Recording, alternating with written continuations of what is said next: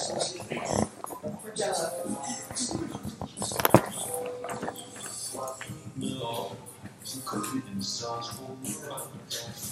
There are something like 100 trillion neural connections. It's intricate and long working neurons and all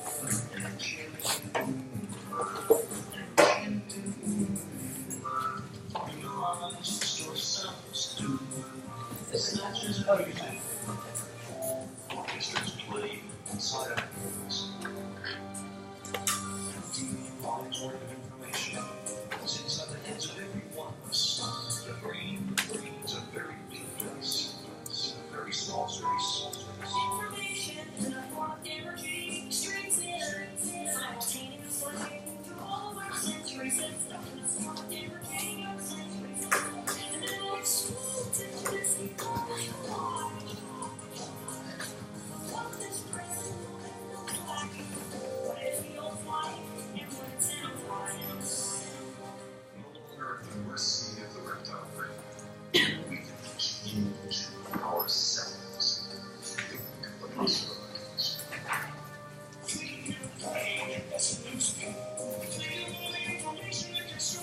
Think of the surroundings. You guys can hear each other better.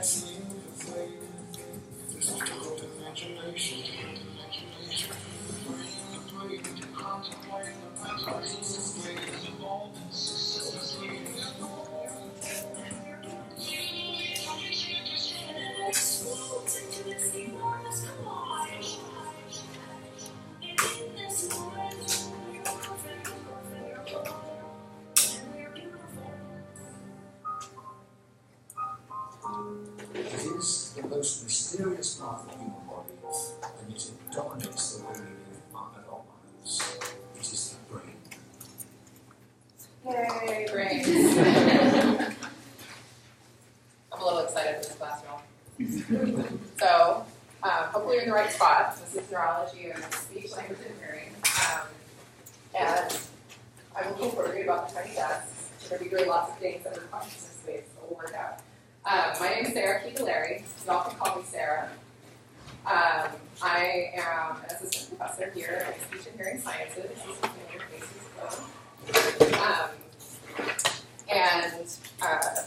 What we'll be doing this term is learning about the brain and trying to figure out ways to apply it.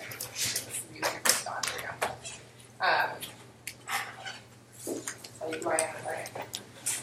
So I'll tell you all about the course in just a minute. I'll cover some basics of the course first so you know what it is. If you can tell, my teaching style is going to be trying to get you all to draw connections to other things you know. That's how learning happens. Learning and memory are not the same thing. Has anybody heard that before? It's not that you just forget stuff, because human memory is actually quite bad. I can tell you all about that. But you can memorize things all day long. But unless you find ways to connect it to other things you know, or to other things you've learned, you're not learning anything, you're just memorizing lists. And the purpose of learning this information, learning in all your classes, in fact, is so that you can apply that knowledge to future classes, future jobs, future work. And I have a really strong passion for neurology and for the study of the brain. I'm always getting random brain things. They sort of collect in my drum case here. Brains and toys and all sorts of things. And it gets people excited about the brain. That's what I want for y'all. I want y'all to be excited about the brain. Basically controls everything you do. Who in here wants to be a speech language pathologist? Anybody want to be an audiologist? So for all of you, whether or not you want to work in adult neurogenics, everybody you see will be impacted by their brain functioning. Whether or not their disorder is raised from the brain into something separate, but you will have to know how the brain functions so that you can harness learning, memory, procedural learning, errorless learning. You need to understand those things and how the brain functions in order to harness that for anything you do in practice. If you end up not becoming a speech language pathologist and you have a different job, it's still useful to know about the brain. I might be biased, but you need to understand how it works and how people process information so that you can make decisions based on that. So I hope you get excited about this. A lot of the people in the video a fun video I just showed you, a really famous neuroscientist, V.S. Ramachandran, Jill Taylor, Dr. Diana's on there, but she's one of my favorites. They write popular novels about neuroscience-related things, and we'll come back to that in a few minutes. But I want you to learn about those people and think a little bit outside the box. Okay. So about me a little bit more. Sort of straight, it's just like my fact sheet. There's CDs on the website if you're curious about it. So my area of research is the intersection between cognition and language in folks that have had brain injuries. So the primary population I studied are folks that have survived traumatic brain injuries of various types. I also have studied aphasia in folks that have survived stroke, even aphasia from any type of brain injury. And I've done that since I was undergraduate, actually. So for a long time. I'm really interested in how the brain represents complex systems, complex thoughts. So I study things like how does working memory support sentence processing, or what is statistical learning? So we chunk information. So you think about Jill Taylor getting all excited about doing beautiful and whole, and we draw connections. We build everything from very basic sensory processes in bigger and bigger and bigger hierarchical chunks as we go forward in the brain. That's through a process called statistical learning. So I live brain kind of all day, all the time. You also have an instructional assistant who's a second-year master's student named Laura Cantor. She's in the middle of, she's probably starting her externship today, so she won't be able to come to class often, if at all. I'm not sure if she'll be able to have a Monday or Wednesday free at all. But she is fantastic. She was a neurology TA last year as well, or IA last year as well. She holds regular review sessions, and they were sparsely attended at first, but once people started going, everybody raved about her. She does a fantastic job of reviewing information. I highly, highly recommend that you go once they're scheduled. So she'll be sending out, or she'll be posting a D2L announcement when she figures out her externship schedule to ask what days and times work for people. It's going to be impossible with 50 of y'all, but it's worth keeping an eye on so you can go to those if you can. And she's also happy to meet. Oh, let's get my office hours. So right now, I tentatively set my office hours for Monday, Wednesday before this class from 10:30 to 11:30. Is there anybody in here that absolutely can't make that time? Like a few of y'all? Or some like low hands that couldn't quite see. Okay. So I also meet by appointment. I'm mostly on campus to do student meetings on Monday, Wednesday, but I can make time on other days too. So if that time doesn't work for y'all, definitely send me an email. If you see me in my office with my door open, feel free to drop in and knock. Knock first, please. I just in the basement and leave the door open so I don't feel claustrophobic. What was I going to say about that? I'm going to ask at another class right after this. So I'll ask in there, and if it turns out that day and time doesn't work for a majority in there as well, I'll try to switch this around, okay? Do you have a class right before that? This is something to do? Okay. I'll try. I'm happy to meet other times. Okay. So I am pretty good about learning names, and I want to learn all y'all's names. It might take me a couple weeks, not a few, because then it's like halfway through the term. But I have this memory trick I do where I can actually know y'all's names in one go, but I'm kind of tired today, so I'm thinking we'll put that off till Wednesday. And in lieu of that, I do want to hear just sort of some basic information about you. One thing I'd like to ask is how do you communicate? So I'll talk more about what's expected in this course and what's going to happen day to day in class. So it won't always be lectures. And one of the known, repeatedly scientifically shown ways for students to be successful in class is to participate and speak up. If I were to look back over, what year is this? 2016. If I were to look back over the last 9 years I've been teaching and do a study, it's a huge pattern in my grades where folks that speak up in class and participate in class fully outperform their peers, sometimes as much as by 10 points in classes. It's a very clear separation. That said, we are in the field of communication sciences and disorders, and I understand that everybody has different learning styles and speaking styles. Learning styles are actually a myth, but I won't go there right now. So I do understand that people have different communication styles, and that's okay and good. In fact, I'm talkative in class, but I'm actually quite a shy person. So I have to kind of work on that. Really nervous actually, in front of everybody. It's like gets worse. So I would like to hear, just in your own words, how do you communicate? Do you like to speak up? Do you like to sit back? When people say, "Hey, does anybody have any questions?" I never have questions. Someone's like, "Oh, I have questions. I don't know." And 3 hours later, I'll think of 20. So that's me. And then one other thing I want to hear, if you know any brain facts, if you're excited about the brain, if you want to share the brain facts. A lot of brain myths floating around learning styles, and that's a huge myth, dangerous myths, consider. So if you know any myths, you want to share them, and we can shoot them down, or say, yeah, that's a weird thing. One of them, if anybody ever taken those right brain or left brain quizzes, they're BS. I'm just going to tell you that right now. Okay, where should we start? Can we start over here? My name is Joy. Joy.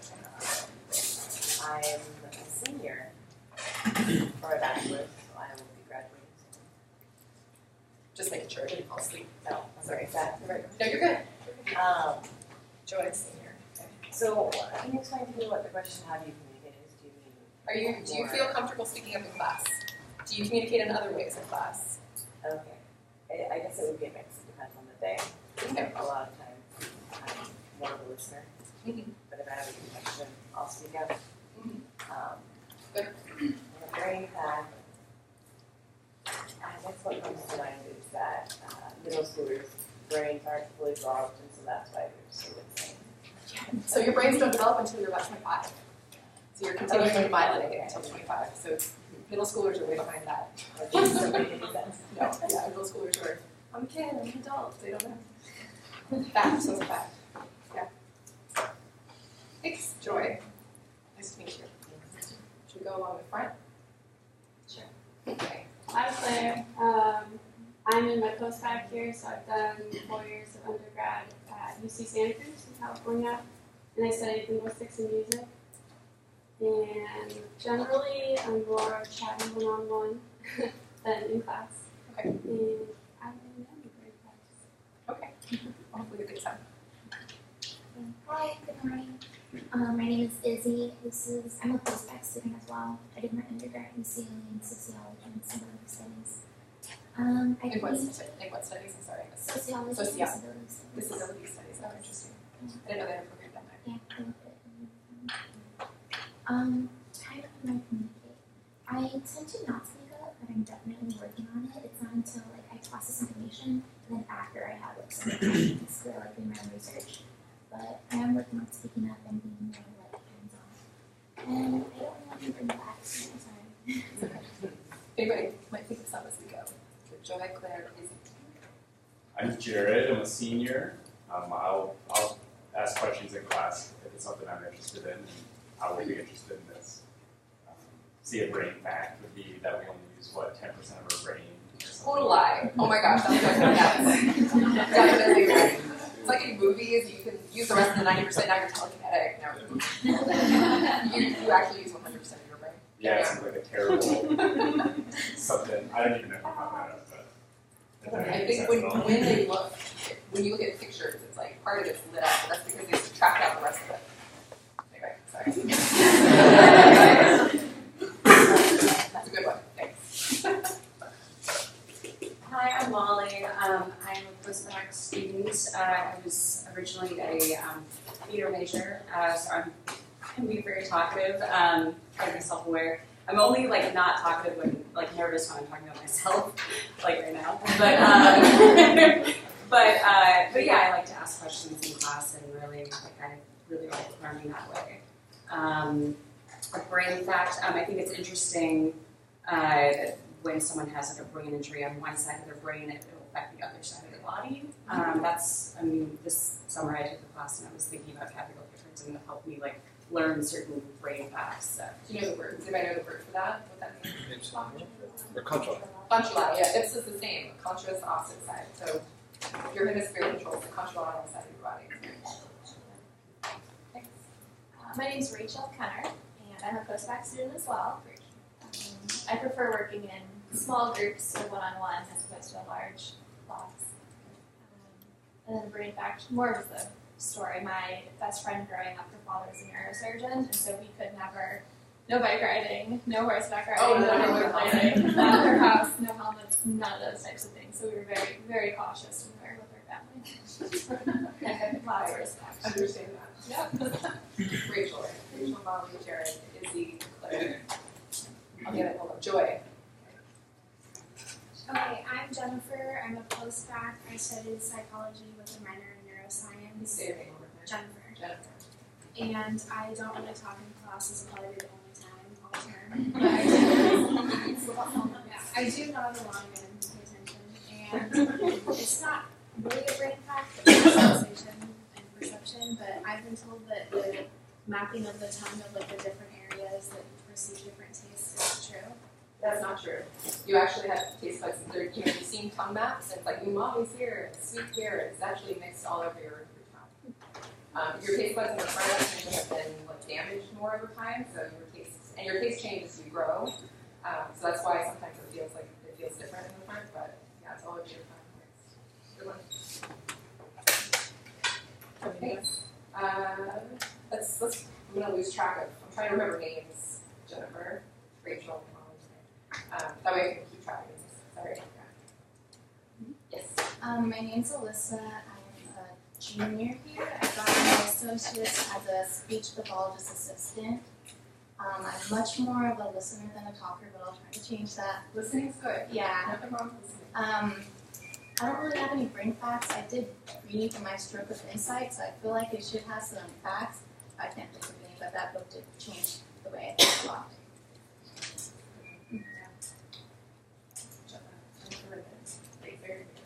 Alyssa. Hi, I'm Libby, and I'm a transfer student here. This is my 5th year of college, so I'm not undergrad. I am not really shy, so I ask questions in class a lot. I'm sorry, but I ask questions. And a brain fact, I believe, would be like the outer coating on the brain, the neuromotor, actually means tough leather. It does. That means Yeah, it feels like a mix between paper and thin, like leather. I heard it was like the nail of your nail enamel too.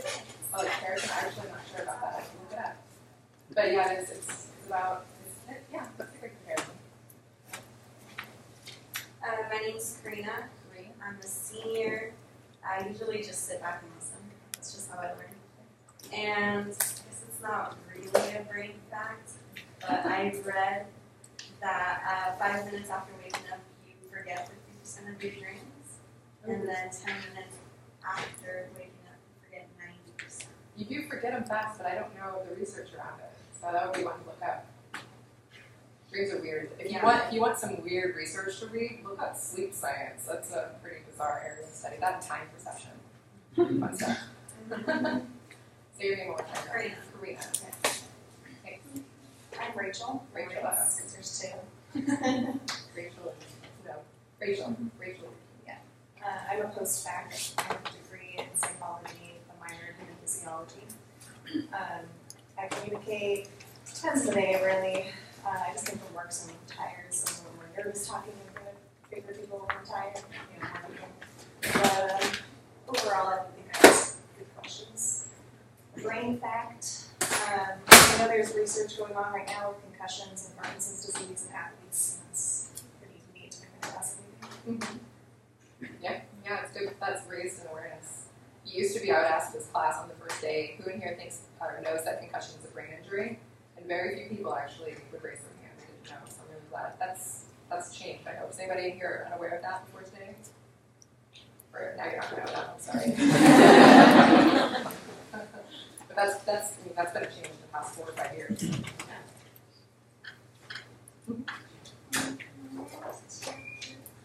Can you say it one more time?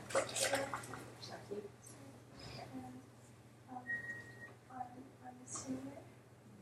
My major is behavioral art, and I'm into the possibility of all people, so just based on that picture. And I'm not sure about You don't have any brain facts you can think of? Okay. So I'm going to say your name and you're telling me if it's right or wrong. Jackie? Chiaki.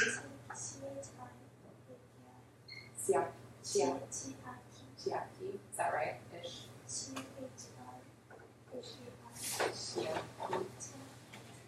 I might practice it and make sure it's right. I don't like to get people's names wrong, so I'll work on it.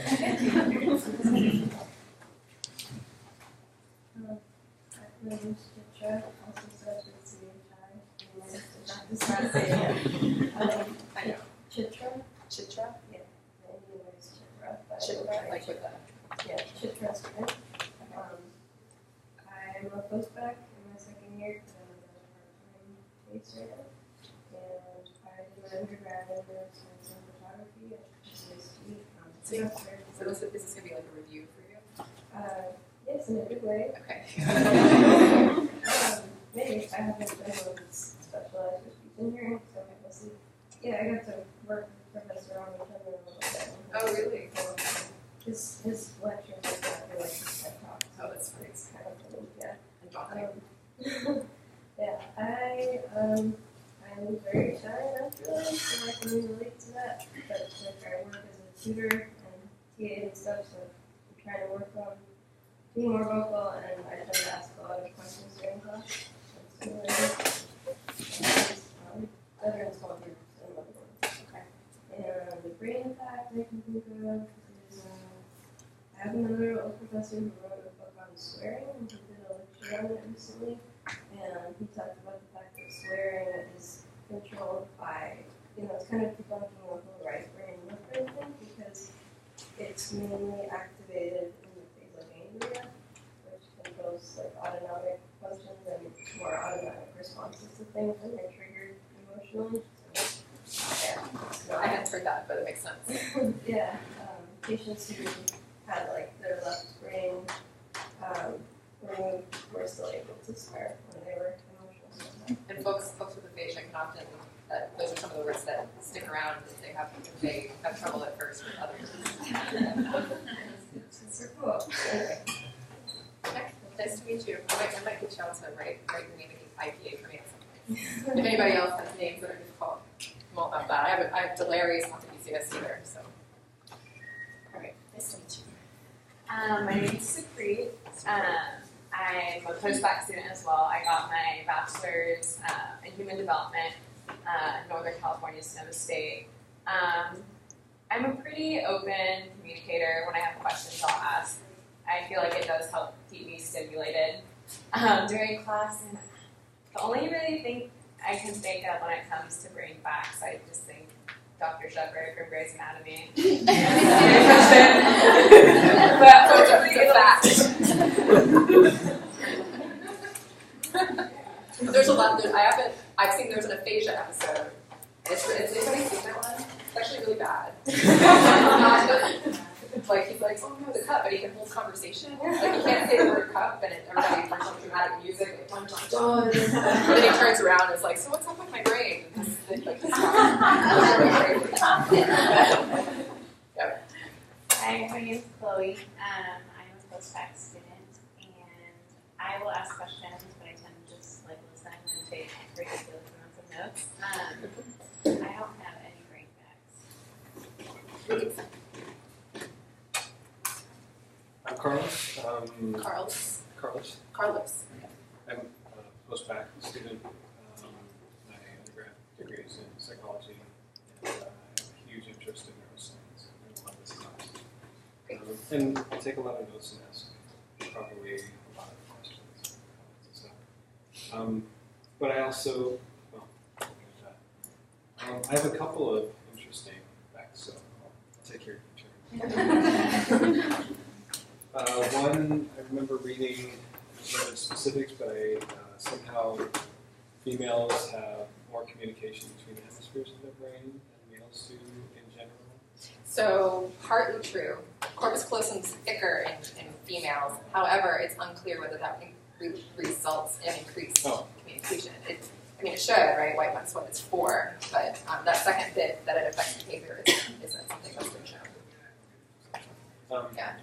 And about the time perception, I've had some personal experience with that because I swim in open water, it's often cold, and I also take a lot of ice baths because I'm a runner and I use my body a lot. So time seems to pass a lot more quickly when you're in a cold state, or when I'm in a cold state, as opposed to I'm taking a hot shower after one of those cold swims or whatever. And then just time seems to slow way down. So I prefer to be in a cold state because it also keeps me alert. But then it seems like I'm always trying to catch up. Yeah, I don't know how that would affect it, but there is also, you can put yourself in a different time. Like, time feels like it's slower, faster, in lots of different ways. So like that one. It's just my own personal experience, Yeah, but that's I'd interesting. love to research it. Yeah, thanks. Hi, I'm Ian, and I'm a postbac student. So I have a bachelor's in psychology and another in linguistics from UCA. And I just take a lot of notes, but I like talking in small groups. Like I like engaged in that. And if I have any questions, I don't really raise my hand during the lecture, but I usually save it to after class. And then a brain hack. Like I took cognitive psych last year, and this fact really is fascinating to me. It's a cognitive disorder called prosopagnosia, which is something where you can't. It's a cognitive disorder where you can't recognize spaces, and it's basically like the fusiform facial fusiform gyrus is impaired and affected. So yeah, and so you can't recognize like your loved one's faces or even your own faces. And I think there's this one case where this woman murdered her husband just because she didn't recognize him at all. Like, who are you? Right. Yes. There's a couple related disorders that could have resulted in the paranoia of been. Mm-hmm. Or did everybody hear the name of that? Agnosia, it's called prosopagnosia. Yeah, Say that 5 times. my name is Alex. I'm a senior. I'm an undergrad. I tend to be more of a listener in big groups, but in smaller groups, I'm usually more engaged. Mainly, I don't have a brain. I'm Hannah. I'm a junior. I typically have questions, but for some reason I don't warrant them, so I think about them for a long time and try to find answers, and then to the point that by the time I'm like, yeah, I asked this question. Yeah. I recently learned from someone that Parkinson's affects the basal ganglia, and that controls when to stop the range of motion.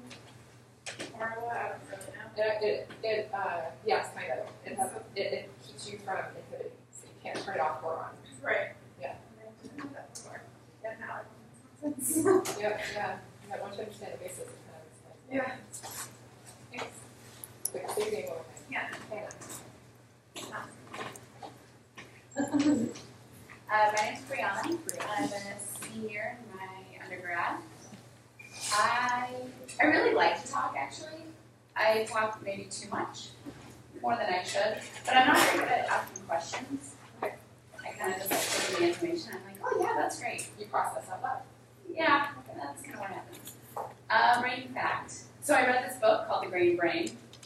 Have you heard of it? Grading or grain? Brain. Okay. And it talks about the effects of grains on your brain. So when you eat grain, how we digest it, and how it actually kind of breaks through the blood-brain barrier, and what that can do to your cognitive theory and cognitive. Now gluten, no. However, there's a protein in corn. If you eat too much of it, it can actually induce psychosis. If you don't balance it with the other proteins you need. Well, that's really fun. So you should have more of your diet than just corn. It's really good. I don't know how true it is, like how. Right. I know because I think someone was on they were anti-grain and they were like, no more. That's mixed. I don't know. I don't know enough the science behind it to know whether or not you have no yes or not. But I do know that the last time I checked, just a few years ago, the it was pretty close. There's like based on proprietary information and people try and kind of trial diets. But there is some basis in that for more. Yeah, interesting. Okay. Wait. Your name was? Brianna. Banana. Oh, that's not helping at all. Brianna. So close. Happy. Hi, so I'm Hannah. Hannah. Senior. Yes, I'm Hannah too. This definitely makes me nervous talking to large groups. So I really prefer one-on-one, and then opening up more in small groups and kind of having that more discussion.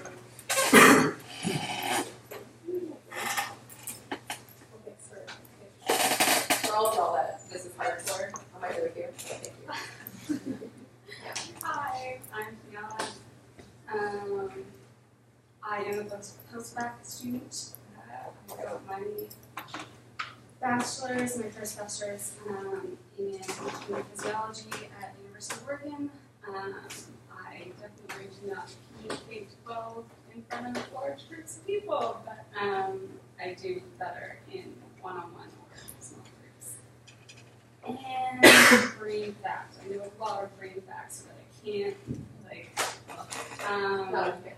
yeah, I guess I have aphasia, so I can verify that swearing is a lot easier than other words. And before, like when I couldn't talk, I could sing, which is weird. But that goes along with the swearing thing. Like, it's an odd habit. Yeah. So that was interesting. So. You can say your name one more time. Daniela. Remember. I'm Morgan. I'm a senior, and I communicate, I would say, probably better in small groups, but large group is fine too. Yeah, I usually just listen. And I don't have a brain. Daniela. Work. Whoa, Daniela. I'm getting to the fuzzy part now that there's. I'll get it. I'm Amanda. I'm a postdoc student. I did my undergrad here at PSU. I get really nervous talking to large group of people, but I can do one-on-one in a small group. And usually when I ask questions, it's usually through email or after the before class. And I don't have any fun facts to break that. Well, one thing about asking after, I have to run to another class, right? Like, starts at 2. So I typically can't stick around, but you can definitely catch me other times. Yeah, after the email. Yeah, well, obviously, yeah. My name is Jessie. I'm a senior undergrad. I have a hard time communicating with groups of people, but maybe more for me, 10-ish, 4 months every day. We need some extra systems, because then you'd be ready to talk. I'm brain fact. In high school, I learned that seizures can be cured and sever the brain. Oh, the callosum, the corpus callosum. It depends on the type of seizure. So sometimes seizures spread through the corpus callosum, and if nothing else is working, that's sort of a last resort, just to start trying to isolate what's starting the cascade. And so yeah, they might split the brain or do other incantations to try to do that. It's pretty, I think, it's less usual than it used to be. Jessie, right? I'm also Molly, and I'm also doing theater studies. In class, I tend to just absorb and then come up with kind of home study situations that I work on in groups. And I have less of fact and more curiosity and lucid dreaming.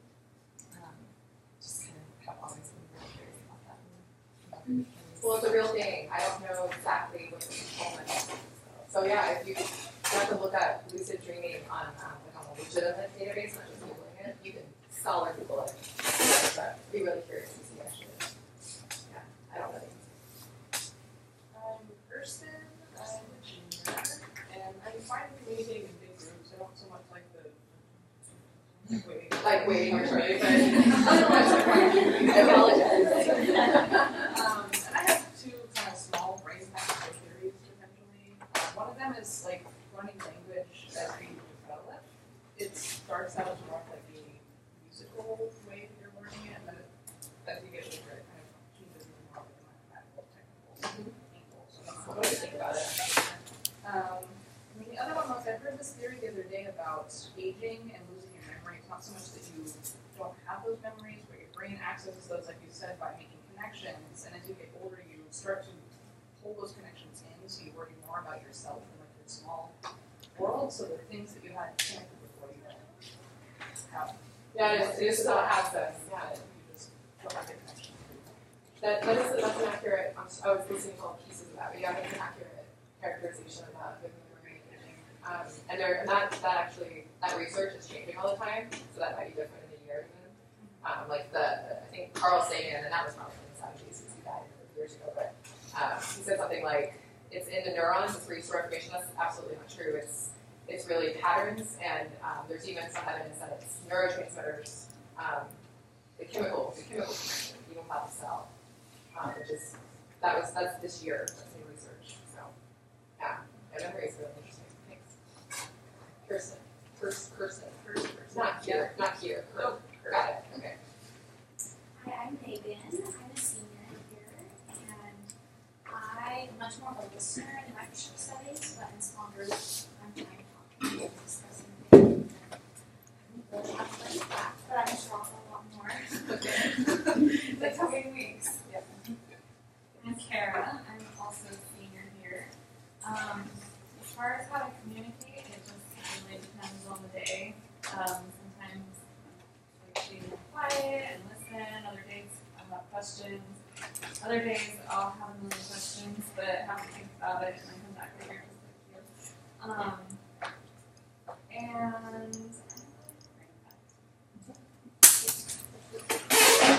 My name is Audrey. I'm also a senior. As far as communicating in day classes go, I tend to think of a lot more in like smaller classes, but once I build the rapport with the professor, I'll usually, pitch in a lot more. As far as the brain fact goes, a lot of people think that like the corpus callosum is just like a space between the two hemispheres of the brain with just some connections in it, but people can actually, it's like an anatomical part. People can be born without it and still have like a functioning brain.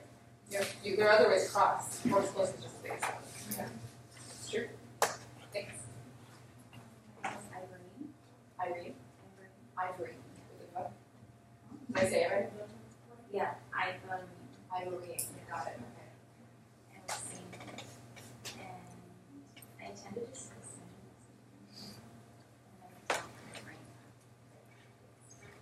My name is Heather. I'm a junior.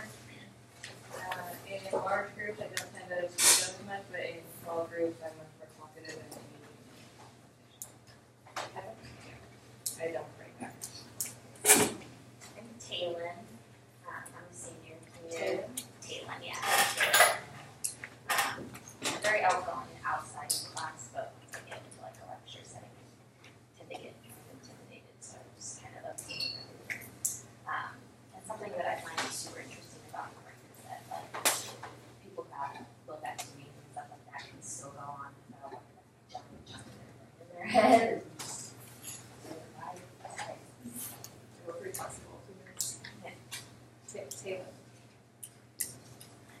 My name is Jackie. I am a post-bac student. This is my last term, I'm pretty sure. And unless I feel like taking more classes, I guess. But I should be done. But I got my undergrad from Blackbird College in St. Augustine, Florida, and it's in psychology. I like to talk a lot. Did my PhD. Ooh, went to St. Augustine all the time. Ooh. Where did you go? Gainesville. I was in UF. Ooh, very fun. Close by. Sorry. Yeah. I like to participate a lot. I like to talk a lot. I like to ask questions, but it's also really stressful. So I don't know. A brain fact. I don't know if it's a fact or something they're just looking into. But I read something recently about this guy who was talking about how he can't actually visualize things in his mind, and the article was saying something about how that's not entirely uncommon. Like someone was telling him to like imagine a sunset with like all the different colors, and most people can picture that in their minds, and he was just like, oh, I can't do that, but I never realized that that wasn't normal. Yeah. So I just thought that was really interesting. Yeah, I've heard that. I actually heard that. There must have been a news article going around or something about it. But I am curious how they verified it. Yeah. Can't peek into How can somebody's you tell? visualizations. So I'm skeptical. I'll remain skeptical. Thanks. Wait, your name was? Jackie, like Jackie O or Jackie Chan. That's an interesting pair. Thanks. Hi, I'm Bailey. I'm an undergrad and this is my senior year. I communicate pretty well in large classroom discussions. I always find that interesting to take a little taste of everyone in the class and see what they have to say. And small groups are kind of intimidating to me because then you have more attention on you, I think. Oh, interesting. Whereas you can like kind of blend into all the other voices in a big class.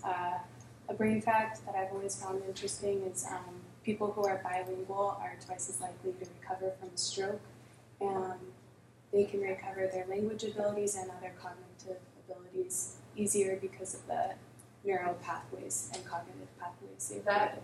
They're looking into that. They don't know that Oh, yet. they don't know that No, yet? yeah, it's Yeah, a really it's sexy just a area of small study right now. Yeah, it's not Yeah, no, they do know that people that are bilingual, controlling for education, immigration status, like all this other stuff, bilinguals will have a delayed onset of dementia compared to monolinguals that are matched by about 4 years.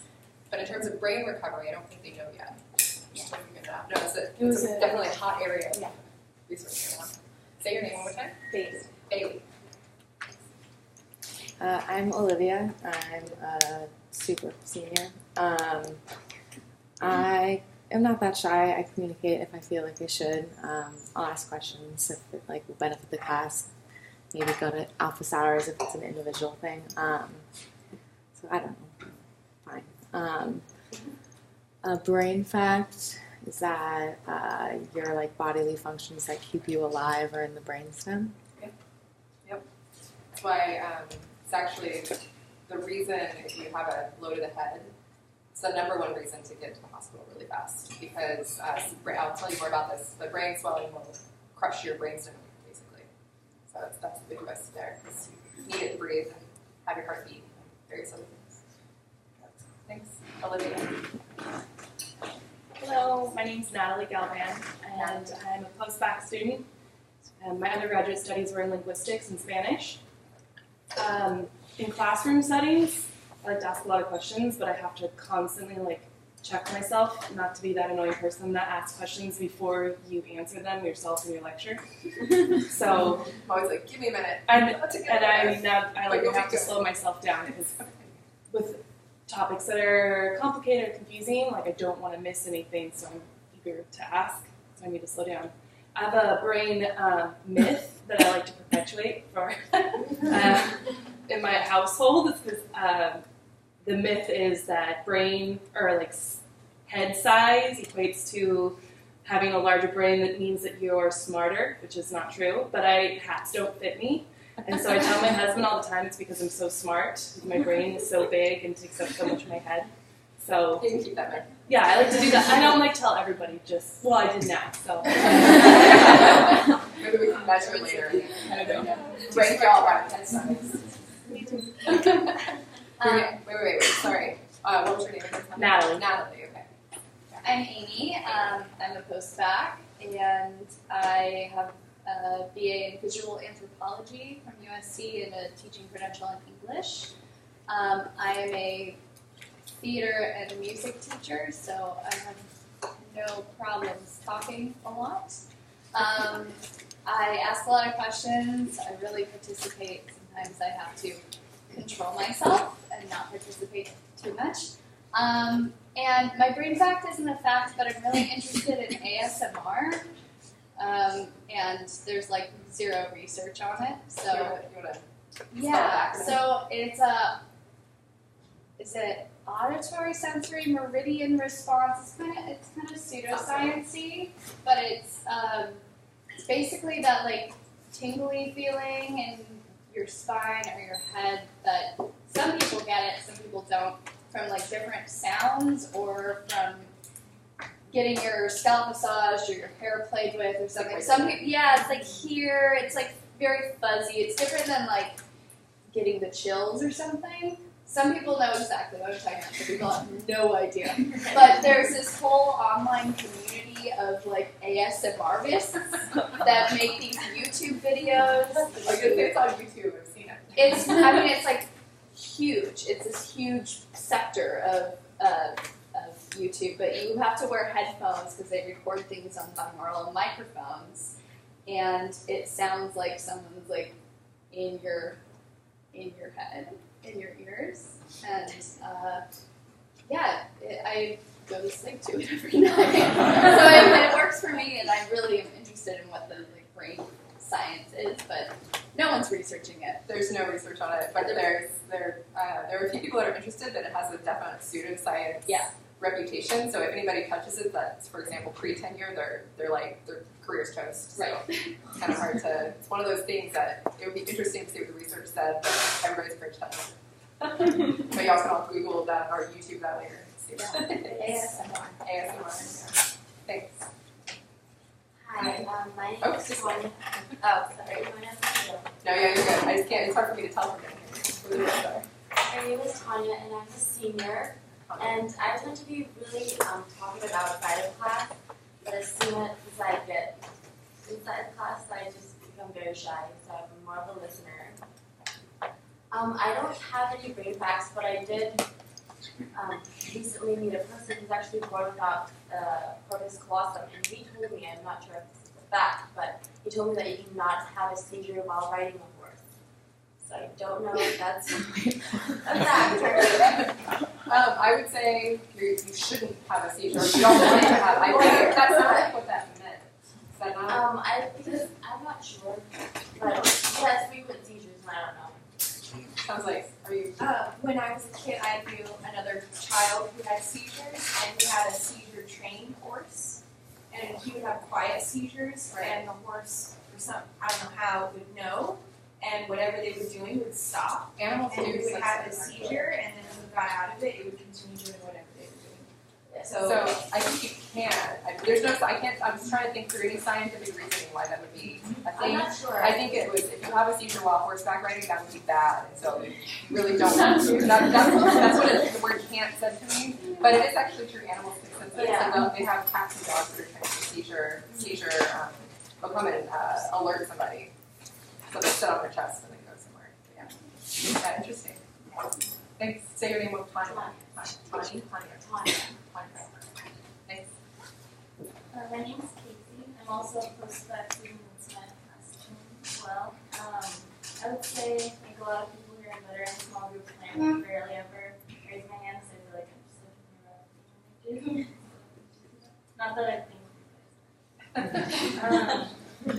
And when you were saying the learning style myth, that made me think of how people always say, I'm better with faces and names, and I think that's just like a great excuse. It's mostly paying attention and paying attention in the right way, and you might not learn the right way to pay, like you pay attention to your own things, but it's not like an ingrained, it's not an innate thing. It's just practice. Yeah, interesting. Say your name one more time. Casey. Casey. So my name is Lizzie. This is my second year as a post-bac in speech pathology. How I communicate. So I teach grades pre-K to 8th grade in the span of every day. And then I also communicate with other adults in the class. So really large age ranges, and my pre-K is also ELL learners. So I do a lot of songs, I use a lot of gestures, and I also am a speech teacher and a writing teacher and reading teacher and private lesson teacher. So I got to do like a jack of all trades kind of deal. And my fun fact was that there are still people who vehemently think that phonology is like a real thing. And phrenology? Yeah, phrenology is a real thing. And who is fundamentally Real. supported, like Michael, and that really feel like the lumps on your head are indicate something about your character. Do y'all know what phrenology is? It's like, ooh, you have a large bump there. You must like chocolate. Yeah, and explaining that is just kind of an excuse to use for biases for certain types of people can sometimes be hard to explain. So that is a thing that people still believe in, and it's kind of a good example to show that some myths are really powerful, even though they've been debunked for a really long time. A couple hundred years. Yeah. So the power of human belief is strong. Thank you. Say your name one more time. Lizzie. Lizzie. Okay. Hello, my name is Karina. Sorry, I'm a little sick. Oh, the other Karina. My voice has been giving out the past couple days. Okay.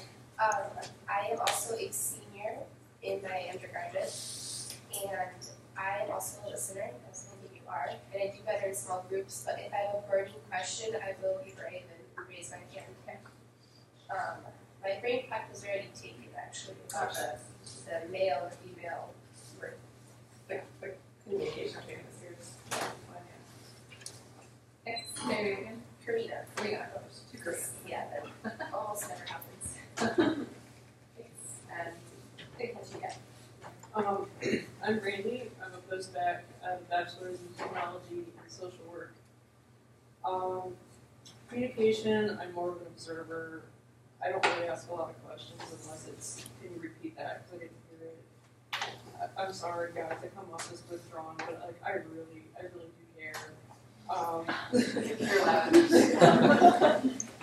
My brain fact is that chewing gum helps you remember things.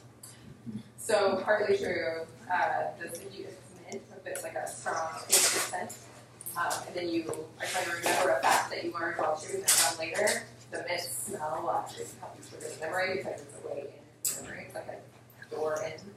So I don't know that it's gum itself, although motor like this helps you remember things. So like people do that, right? Oh my god. So I do the same thing, but I don't know the research on that, but the mint. Thanks, Randy, right? Go up that way, yeah. I'm Lindsay. I'm a senior. Lindsay. Okay. I'm a senior in my undergrad. Communication, I think it all depends on what the content is. I don't like being wrong, so so I won't talk if I am learning something. I don't know what else is happening. My brain fact was actually what you were just talking about the snapping and the helping you remember things. Oh, really? Yeah. That's funny. I hadn't heard anybody else bring it up before. Yeah. Shucks. I have someone at work that does that a lot, so I tap my hand or like leg or my toe starts going. Thanks. I'm Tori. Tori. I'm a senior in my undergrad. I don't mind communicating in a large setting, but the anticipation of like waiting can get really anxious. Sorry about that. And on that note, I don't like presenting because I don't like to wait for my turn. A brain fact, it's just the first thing that came to my mind was like the hemispatial neglect, where your brain kind of isn't processing information, like sensory information on one side of your body, so you kind of lose, but your brain doesn't know. So Yeah, it's not visual and it's almost always on the right. We'll be talking about that later in the term, actually. Thanks. Tori. Yes. Okay. Can I ask for a clarification? You say it's almost always on the right. Yep. Meaning almost always on the right side of the brain or the right side of the body? Your right hemisphere is from right hemisphere damage. Okay. Like 90% of the time. That number is not real. But most of it stands for most of the time. And so right hemisphere controls attention to the whole area. And so the left hemisphere, left hemispatial. So the right, that's what you're asking. So yes, the right hemisphere becomes damaged and you're neglecting the left side of space or your body. Yeah. Might have said that wrong the first time. Take it off the top of it. Hi, my name is Yu Wen. Yu Wen. Yes. I am a post-bac student. How do I communicate? I tend to sit back more. And this is probably because many eyes staring at me and getting my heart is racing and that kind of thing. I was gonna say the brain fact about the bilinguals getting dementia later compared to monolinguals. Yeah, there have been studies that have shown it, but it's so recent. I'm like waiting to see. They always find these like really perfect bilinguals that are perfectly balanced. They're using both their languages all the time. That doesn't always reflect reality. So I'd be curious to see what the research does. It's a fun one. Thanks. Wait, so you're going to say you win? You win. Hi, my name's Carrie.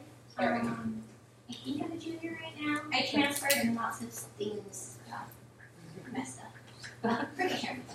I transferred from working on a early childhood degree. I was a teacher, and then they told me I needed more, and then I went to class and learned some new stuff, and then decided, well, maybe special education would be a way to go. And I didn't have a program here for it, so I threw myself in here, and it's been really interesting, and I think I can do all this stuff. I ask questions when I need to. I don't mind speaking in front of others, so I'm always nervous when I do so. And brain fat, caffeine is good for your brain after you're done studying. Small amount helps you. So that's what I heard. So the science on things like that is so all over the map. Because every time they do a study, it's like, it's bad, it's good, it prevents cancer, it causes cancer. Like it's all the things. But so caffeine, there's a boost to motor functioning with caffeine. So like swimmers will drink caffeine, or it's not good for dehydration, but or runners will drink caffeine. It gives you a boost or during strength training. Cognitively, caffeine actually makes you good at rote activities. It's not good at anything that requires problem solving. So if you stay up late studying with caffeine, I don't know if you've ever experienced this, but you are slogging through the facts and you're like awake, but it's somehow different. And that's what I've seen in the research. But again, it's kind of all over the map, so I don't know that there's any consensus. Yeah, it's okay. We can pretend caffeine's good for us. Well, it's nice to meet everybody. It's about 1 o'clock. I'm gonna introduce y'all to the course structure and things. But I do want to give y'all a break first. But before we take a 5-10 minute break, I don't know where water fountains and bathrooms are or anything. I want y'all to walk down here and pick up a couple things that we're going to be doing at the end of the class that we won't take time to do it later. The pages here. There'll be 2 stacks down at the front that y'all will need to snag, and we'll do the things later. But yeah, let's take a little break and we'll come back.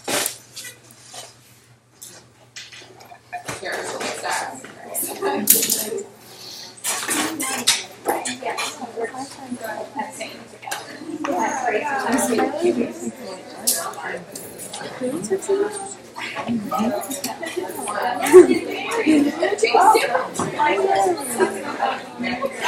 Oh yeah, I was worrying that I was going to be coming in the hours. Of course, I didn't. Yeah, just walk right in front of me.